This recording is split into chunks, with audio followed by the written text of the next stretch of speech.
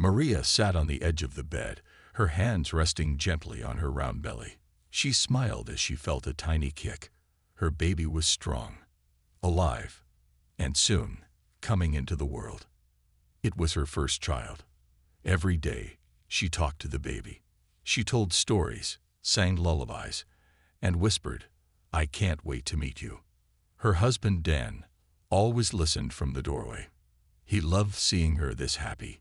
"He'll be just like you," he said one night, placing his hand on her belly. "Or maybe she'll be like you." Maria smiled. They laughed together. The nursery was almost ready. Yellow walls, stuffed animals, soft lights. Everything was perfect. Or so it seemed. At 32 weeks, Maria had her routine checkup. She wore her favorite pink dress and carried a tiny journal to write down the baby's progress. Dan held her hand as they entered the hospital. The receptionist gave them a kind smile. "Room 3, Maria. Dr. Evans is waiting." Inside the room, the lights were soft. The nurse helped Maria lie down, and the ultrasound machine buzzed quietly. Maria looked at the screen, excited to see her baby again. The image appeared. Little arms, legs, a strong heartbeat. The nurse smiled but didn't say much. Her eyes flicked to the monitor, then to the screen, then back again. Maria noticed the change in her face. "Is something wrong?" she asked. "No, no," the nurse said quickly. "Just one moment. I'll get the doctor." Dr. Evans walked in a few minutes later. A serious man, always calm. But today, his face was different. Tight, focused. He looked at the screen, zoomed in on something, and pressed a button. The room became silent except for the soft heartbeat echoing from the machine. Thump, thump, thump, thump. Then a strange sound, like a second beat, faster, lighter, almost like music. Maria frowned. "What is that?" The doctor didn't answer at first. He stared at the monitor, then finally spoke. "It's probably just a machine glitch. Nothing to worry about." But his voice didn't sound honest. After the scan, Maria and Dan were told to wait. "We need to run a few more checks," the doctor said. Dan leaned closer to Maria in the hallway. "You okay?" "I don't know," she whispered. "Something's not right." "Did you see his face?" Before Dan could reply, 2 men in suits walked past them and entered the ultrasound room. Maria froze. "Who are they?" she asked. Dan pretended not to notice. Probably just hospital staff. But Maria wasn't convinced. That night at home, Maria couldn't sleep. She stared at the ceiling, her hand on her belly. The baby kicked again. But this time, it felt sharper. Not painful. Just different. She went to the kitchen for water. And that's when she saw it. Dan's phone on the table, screen glowing. A message popped up. Level red. Do not inform subject. Continue observation. Her heart skipped. Level red. Subject. She didn't want to believe it. Maybe it wasn't about her. Maybe it was work. Maybe. But then she saw the next message. Ultrasound showed signs. Prepare for relocation. 6 weeks max. Maria dropped the glass. It shattered on the floor. Dan came running. What happened? She looked at him, heart pounding. You tell me. He tried to calm her. Said it was nothing. A misunderstanding. Work stuff. Security terms. But Maria didn't believe him anymore. That night, she locked the bedroom door. She sat beside the nursery window, staring at the little crib she had decorated. Her fingers touched a baby blanket. Tears filled her eyes. What's wrong with my baby? Why are they hiding things from me? Why are they calling my child a subject? The wind outside howled gently. Her baby kicked again. Maria closed her eyes and whispered, "Don't worry. I'll protect you. No matter what." But deep down, she knew. This was not a normal pregnancy. And her baby was not a normal child. The next morning, Maria woke with a heavy heart. The air felt colder. The house, though quiet, no longer felt like home. Dan acted like everything was fine. He made breakfast, kissed her forehead, and joked about baby names. But Maria noticed something new. He was checking his phone too often, locking the screen too fast. And when she asked about the hospital, he only said, "They'll call if anything's wrong. Don't stress." Maria didn't argue. She just smiled, nodded, and went along. But inside, she had made a decision. She would find out the truth. 2 days later, she got a call from the hospital. Not from her usual doctor, not from the nurse, but from someone who said, "Maria, you've been selected for a special follow-up ultrasound. It's a new program. Just you. No guests allowed." Maria frowned. "Can my husband come?" "No. Sorry. It's private. High level." The voice was calm, almost too calm, like someone reading from a script. Still, Maria agreed. She needed answers. At the hospital, she was taken to a different wing, one she had never seen before. The walls were gray, the hallways quiet, cameras in every corner. A nurse led her into a small room. No windows, a single bed, and the same ultrasound machine, but this one was much larger, with strange symbols on the side. Maria lay down slowly. Her heart beat faster than usual. Another nurse entered. She was quiet, serious, and never looked Maria in the eyes. As the scan began, Maria tried to look at the screen, but it was turned away. She asked, "Can I see my baby?" The nurse didn't respond. Minutes passed. Then a man in a black coat entered the room. He wasn't a doctor. He didn't have a name tag. He studied the screen, then pressed a few buttons. The monitor showed strange graphs, spikes of color, symbols Maria couldn't understand. "What are you doing?" she asked, her voice shaking. The man finally looked at her and said, "Your baby is developing well." But it didn't feel like a compliment. He turned to the nurse. "Mark it. Type 7A. Maria sat up, alarmed. "What does that mean? Type 7A. What is that?" But they ignored her. Instead, the man picked up a small black device and pressed it to her stomach. The baby kicked hard. Maria winced. "What is that thing?" "It's just a pulse reader," he said, but Maria could tell it was more. After the scan, Maria was told to leave. No report, no photo, no explanation. "Results will be sent to your doctor," the nurse said quickly, leading her back to the hallway. Maria turned around.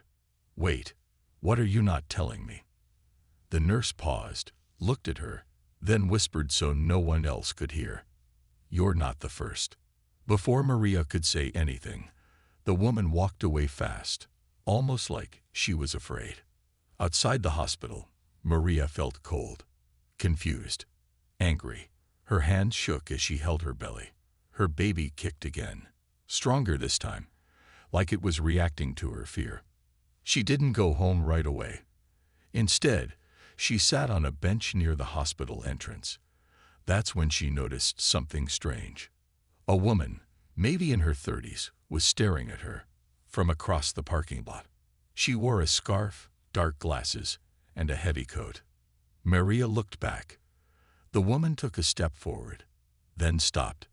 Finally, she walked over and slipped something into Maria's coat pocket. Maria was frozen. She didn't even speak. The woman leaned in and whispered, "Don't trust anyone, not even the father." Then she walked away. Maria sat there, stunned.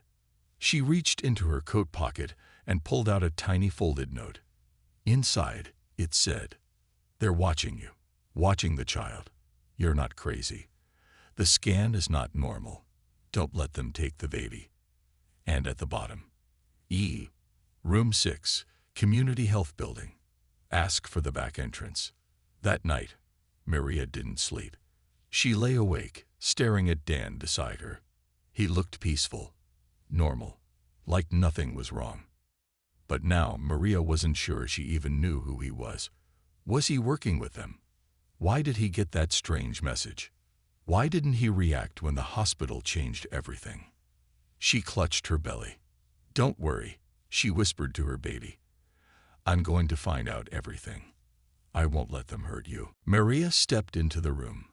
Her heart beat fast. The woman closed the door behind her and locked it. The room was small, filled with old books and strange papers. On the table sat a laptop, a file folder, and a half-drunk cup of coffee. There was only one chair. The woman pointed to it. "Sit. We don't have long. They follow people like you." Maria sat, confused and scared. "Who are you?" The woman pulled off her scarf and glasses. Her eyes were tired, but full of pain. "My name is Elisa, and I was you, 6 years ago." Maria stared. "You were pregnant too." Elisa nodded slowly. "I was told my baby was special. They said he had a rare condition. But they lied. He was never sick. He was born with something they couldn't control." Maria leaned forward. "What do you mean?" Elisa opened the file on the table. Inside were photos, scans, documents, and one image of a small baby glowing under a hospital light. The child's eyes were golden, almost shining. "They said it was dangerous," Elisa whispered. "But my baby never hurt anyone." Maria swallowed hard. "What happened to him?" Elisa closed the file. Her voice cracked. "They took him, right after birth. Told me he died. But I saw him. He was breathing, crying. Then they pulled the curtain, and he was gone." Maria felt her world falling apart. She clutched her stomach protectively. "My baby kicks hard. Strong. Different.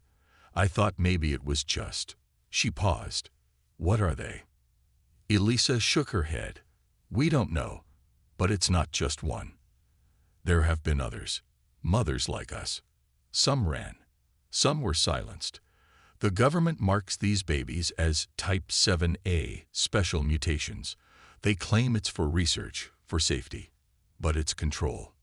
Maria whispered, "And Dan, my husband, he got a message. It said level red. Prepare for relocation." Elisa's face went pale. "That's bad. That means they'll move you to a facility before the birth, somewhere remote. Once you're there, you never leave with your child." Maria's eyes filled with tears. "But he loves this baby. He said we'd be a family." "Maybe he believes that," Elisa said. "Or maybe he's part of it. Some of them are. The ones closest to us." Maria stood up. "I can't let them take my baby." "You'll have to run," Elisa said quietly. "I can help, but it has to be now, before they lock you in." Maria nodded, though her legs felt weak. "But where would I go?" "There's a safe birthing center," Elisa explained. "Off the grid. No machines, no trackers, just people who care. I know a woman there. She helped one mother deliver a baby 2 years ago. That baby is still with her, hidden, safe." Maria whispered, "Can you take me?" Elisa looked at her, serious. "If I do this, there's no coming back. You'll disappear, leave everything behind, even your husband. Are you ready?" Maria touched her belly. Her baby kicked. She didn't need time to think. "Yes," she said, "whatever it takes." They planned it quickly. Elisa gave Maria a burner phone, an address, and a small backpack. "Take only what you need. No electronics, no ID cards, no trackers." Maria returned home as if nothing had happened. Dan was waiting with dinner on the table. "How was yoga?" he asked. Maria smiled. "Relaxing. The baby liked it." Dan kissed her head. "Just a few more weeks. Then everything will change." Maria forced a smile. "Yes, everything will." That night, while Dan slept, Maria packed her small bag. She took baby clothes, a blanket, water, and the journal she'd written for her child. She left her phone on the table, on purpose. At exactly 2 a.m., she slipped out the back door into the cold night. Elisa was waiting in a dark car near the corner. Maria got in. They drove silently through empty streets. At one red light, Maria saw something that made her freeze. A man in a hospital uniform was standing by a bus stop. He looked directly at their car, then raised his phone. Elisa saw him too. "Hold on," she said, and turned sharply onto another street. "We've been spotted," Maria asked. "Maybe, maybe not," Elisa said. "But from now on, we don't take chances." They drove for hours, away from the city. By sunrise, they reached a small town, surrounded by hills and forests. There was a single gas station, a bakery, and a church. Elisa stopped the car behind a building. "We walk from here, 20 minutes into the woods." Maria stepped out, holding her belly. Her legs were tired. Her back ached. But she kept moving. They followed a hidden path. Trees blocked the sky. Birds chirped, unaware of the fear Maria felt. Finally, they reached a small wooden cabin with a warm yellow light inside. A woman opened the door, kind eyes, gentle smile. "You must be Maria," she said. "Come in. You're safe now." Maria walked inside. For the first time in weeks, she didn't feel watched, didn't feel trapped. She sat down, and tears rolled down her face. Not from fear this time, but from hope. Her baby kicked again. Strong, steady. The woman knelt beside her. "You have a fighter inside you," she said softly, just like his mother. The baby slept peacefully in Maria's arms, wrapped in a soft blue blanket. But outside the small storm shed, the world was no longer quiet. The sound of helicopter blades grew louder, like a monster circling overhead. Anna peeked out through a crack in the wooden door. "They're sweeping the forest," she whispered, searching every path. "They must have tracked the SUV earlier." Maria's heart pounded. "We have to move." Anna nodded. "But slow and careful. You've just given birth. You're weak. And the baby." Maria looked down at her son. "He's strong. I can feel it. He's not afraid." Anna smiled faintly. "He gets that from you." They waited for a break in the sound, then slipped out the back, into the forest shadows. It was still dark. Clouds covered the moon. Wet leaves stuck to their shoes. Every branch crack sounded too loud. Every owl felt like a watcher. Maria held her baby close. "Shh, it's okay," she whispered. "Mommy's here." They moved downhill, following a stream. Anna knew a cave nearby, an old hiding spot used long ago. But then, headlights, far behind them. Two beams cutting through the trees.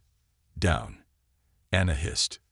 They dropped to the ground, hiding behind a fallen log. Maria shielded the baby, her breath caught in her throat. A black jeep rolled past, slow and silent. Inside, two men in suits scanned the forest with flashlights. One of them had a photo in his hand. Maria's hospital photo. "They have my file," Maria whispered. Anna nodded. "And if they find us, they'll take him." Tears welled in Maria's eyes. "I won't let that happen. Not again." They waited until the jeep passed, then continued deeper into the woods. But now Maria's legs were trembling. Blood stained her pants. She was dizzy. "Anna," she said, I need to stop, just for a minute." Anna helped her to a tree stump. "Rest. I'll keep watch." As Maria sat, her baby opened his eyes. Those eyes were glowing softly. Not gold, not blue, but a strange, beautiful silver. Maria reached out. "You're more than special. You're light." Suddenly, crack, a branch snapped behind them. Anna turned fast. "We've been spotted. Run." Maria stood, pushing through pain, holding her baby tight. Two men appeared from the shadows, holding weapons. "Stop," one shouted. "Put the baby down." Anna pulled out a flare gun and fired. Whoosh! A burst of red light blinded the men. Smoke filled the air. "Go!" Anna yelled. Maria ran. She stumbled, slipped, but didn't let go of her child. More footsteps behind her. Then, a roar. The helicopter broke through the tree line. A spotlight shot down on her. Light found her. Target located. A voice echoed from above. "Woman and infant. Secure them." Maria didn't stop. Suddenly, the baby began to cry. Not a normal cry, but loud, almost like a siren. And then, the trees shook. The spotlight flickered. The helicopter tilted sharply. "What's going on?" Someone shouted from above. Then the engine shut off. The rotors froze midair, and the helicopter dropped. Boom! It crashed a few hundred feet away, flames bursting through the trees. Maria stared, breathless. The baby had stopped crying.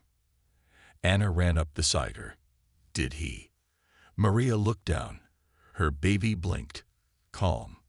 "It wasn't me." They didn't wait. They ran until they reached the cave. Inside, it was dark, cold, and damp, but safe. Anna checked Maria's bleeding and wrapped her in a warm blanket. "I'll block the entrance," she said. "Rest here. They won't find us right away." Maria cradled her son. He stopped that machine. He stopped them." Anna nodded, eyes wide with awe. "He's more than we thought. More than they ever prepared for." That night, inside the cave, Maria held her son and whispered stories to him. About hope. About freedom. About how even the smallest baby can bring down giants. But outside, the government wasn't finished. They sent drones, scanners, dogs. Maria knew they wouldn't stop until they had him, and she was ready. The next morning, Anna used a radio to contact Elisa. "We need an extraction," she said. "Mother and child are alive. The boy is powerful." Elisa answered back. "Extraction planned. Nightfall. North Ridge." Maria overheard and smiled. "Help is coming," she whispered to her baby. "They won't win." But deep down, she knew this was just the beginning. The cave was silent. Outside, the world searched. Inside, a miracle breathed. Maria sat with her baby wrapped close to her chest. He had fallen asleep, but even in his sleep, strange things happened. A small stone near his blanket floated. A cold breeze stopped at his skin like a wall. Even the fire Anna lit didn't go out when wind came in. Anna watched with cautious eyes. "He's different," she whispered. "Not like the others." Maria looked down at her son. "He's not a weapon." "No," Anna agreed. "But to them, he's more dangerous than any weapon they've ever seen." By noon, Anna had finished making a rough map of the area on an old piece of paper. "Elisa said the extraction is at the North Ridge," she explained. "But we need to cross the valley. That's where the government base is." Maria looked up, alarmed. "That's suicide." Anna placed a hand on hers. "It's also the only way. They won't expect you to go near them." Maria nodded slowly. "Then we'll go where they never look." As they prepared to leave the cave, Maria felt a strange warmth in her body. Not fever. Strength. Even after giving birth just days ago, she didn't feel broken anymore. Maybe it was adrenaline. Maybe it was her son. As they moved through the woods, drones circled overhead, but none seemed to see them. Anna whispered, "They have heat sensors. We should have been spotted." Maria looked at her baby. His eyes were closed. His tiny hand glowed faintly. "You're hiding us," she whispered, "aren't you?" Hours passed. The forests changed. The birds grew quiet. At one point, Anna stopped. "We're close. The valley is just beyond that ridge." They peeked over. The valley was wide and flat. Military trucks moved slowly across the dirt roads. A small base stood in the middle, white tents, antennas, and guards with rifles. Maria's breath caught in her throat. "We'll never make it," she whispered. Anna looked at her. "We don't go through. We go under." There was an old drainage tunnel beneath the valley. It hadn't been used in years, but it still ran below the base. Anna led them there. The tunnel was tight, wet, and smelled like rust and earth. Maria had to hold the baby close to her chest and crawl. Halfway through, the baby stirred. He whimpered. The walls around them vibrated. "Shay," Maria whispered. "It's okay." But then, beep, beep, beep. Somewhere above, alarms went off. "What happened?" Maria asked. Anna listened. They picked up something. Maybe power, maybe sound. They crawled faster. Water dripped from the ceiling. Rats scurried in the dark. Behind them, flashlights, voices. "They're in the tunnel," someone shouted. "Move." Maria panicked. "They're here." "Almost there," Anna said. "I see the light." They burst out of the tunnel onto the north side of the ridge. But there were soldiers waiting. Guns raised. Hands up. One yelled. Anna raised her arms. Maria held her baby tighter. One soldier stepped forward. "You're Maria Evans." Hand over the infant. Maria shook her head. "He's my son. He's government property now." "No," Maria whispered. "He's human. And he chooses." The soldier raised his gun. Last warning. Then, everything stopped. The wind froze. The leaves hung still in the air. Even the soldiers couldn't move. Time paused. Only Maria and the baby could move. Anna looked around, stunned. "What is this?" Maria whispered. "He's protecting us again." Then, slowly, the guns twisted. The soldiers' weapons bent like rubber. Their radios sparked and died. Their boots lifted off the ground, just an inch, and dropped. And the baby opened his eyes. They glowed silver. The soldiers fell back, gasping, shouting. One dropped to his knees. "What is he?" Maria stepped forward. "He's just a child. You made him into a threat. Now, we're taking him home." Suddenly, a black aircraft hovered above them. A door opened. Elisa stood inside, reaching down. "Come on." Anna pushed Maria forward. They climbed aboard just as soldiers below tried to regroup. Shots fired, but the bullets curved away midair. The baby looked at them. And the bullets turned to dust. The aircraft rose into the sky. Maria collapsed in the seat, holding her son close. Elisa stared at the child, stunned. "He did all that." Maria nodded. "And he's just a few days old." Anna smiled. They tried to control a power they never understood. Elisa looked out the window. And now, that power is free. As the aircraft flew into the clouds, Maria whispered to her baby, "They wanted to own you, but you're not theirs. You're not even mine. You belong to yourself, and no one else." The baby reached up and touched her cheek, softly. Maria smiled through tears. The fight wasn't over. But now, the world had changed forever. Clouds rolled past the aircraft windows as it flew high above the world. Maria sat near the back, her baby sleeping peacefully in her arms. Beside her sat Anna, bruised but smiling. In front of them stood Elisa, speaking quietly with the pilot. They were free. For now. But Maria knew freedom had a price. The baby's power had been witnessed. The government had lost control. And they would never stop searching. "They'll come after us," Maria said softly. Elisa turned. "Yes. But this time, the world will be watching." Elisa opened a large case near the pilot's seat. Inside were a camera, microphone, and a satellite device. Anna raised an eyebrow. "You're broadcasting?" "Yes," Elisa replied. "The truth, about what they did to you, to him. The world deserves to know." Maria looked unsure. "If they know about him, Won't they come even harder? Elisa placed a hand on her shoulder. That's why we tell them everything. Not just about his powers, but who he really is. A child, Anna added, not a weapon. Maria looked down at her son. He's more than even I understand. But yes, he's still just a baby. The aircraft circled high above a neutral zone, a place with no military claim, where Elisa's team had legal protection for now. A signal was sent.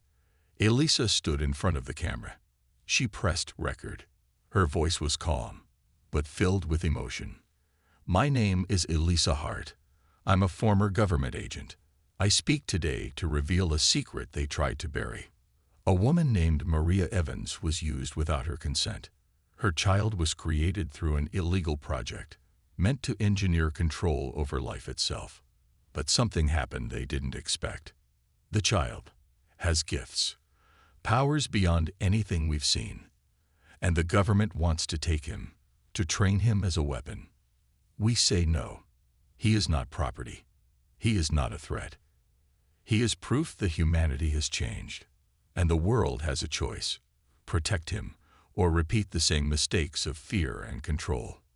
Maria stepped into the frame. Her face was tired, but her eyes burned with strength. She held up her baby. This is my son, she said. He saved lives. He stopped bullets. He destroyed no one. He only protected. She paused. Please, let him be more than what they fear. Let him be loved. The video was sent, broadcast through a private satellite to networks around the world. Within hours, it was viral. Across the globe, people watched in silence. Some cried. Some were afraid. Some were inspired. Back in the aircraft, Maria sat beside a small window. She could see cities far below, millions of people who now knew the truth. Anna leaned in. It started. The world is awake. Maria looked at her. What now? Elisa answered from the cockpit. Now we prepare for the next move. As the plane landed in a safe zone far from the original facility, protesters were already filling the streets in the cities they left behind. Protect the child. No more secrets. Let him live free. But not everyone agreed. Some leaders still demanded the boy be turned over. One senator said on live TV, if this child can crash a helicopter, what happens when he grows stronger? Another replied, what happens if we raise him with love instead of fear? Maria was moved to a safe house deep in the forest, near a hidden lake. Anna and Elisa stayed close. For days, Maria and her baby rested, laughed, heard birds instead of sirens. He began smiling, his first real smile. He began making the leaves dance with his laughter, even healing the small wound on Maria's hand without touching it. But the government made its move. One night, helicopters returned. Tanks rolled into the forest edge. A voice echoed from speakers. Maria Evans, this is your final warning.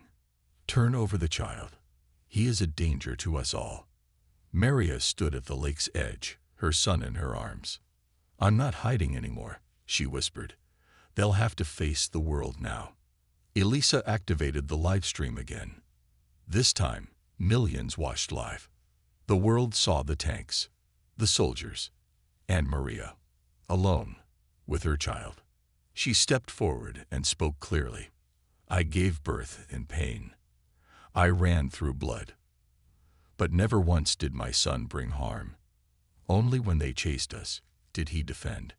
If they fear him, they fear the best of what we could become. Then, the soldiers aimed, but they didn't fire. Because behind Maria, people began to arrive. Doctors, mothers, teachers, veterans, all standing between her and the tanks. A human shield of hope. The general's hand trembled. His soldier looked at him. Sir, we can't shoot. Not at them. Not like this. And finally, the order was given. Stand down. The tanks backed away. The helicopters lifted.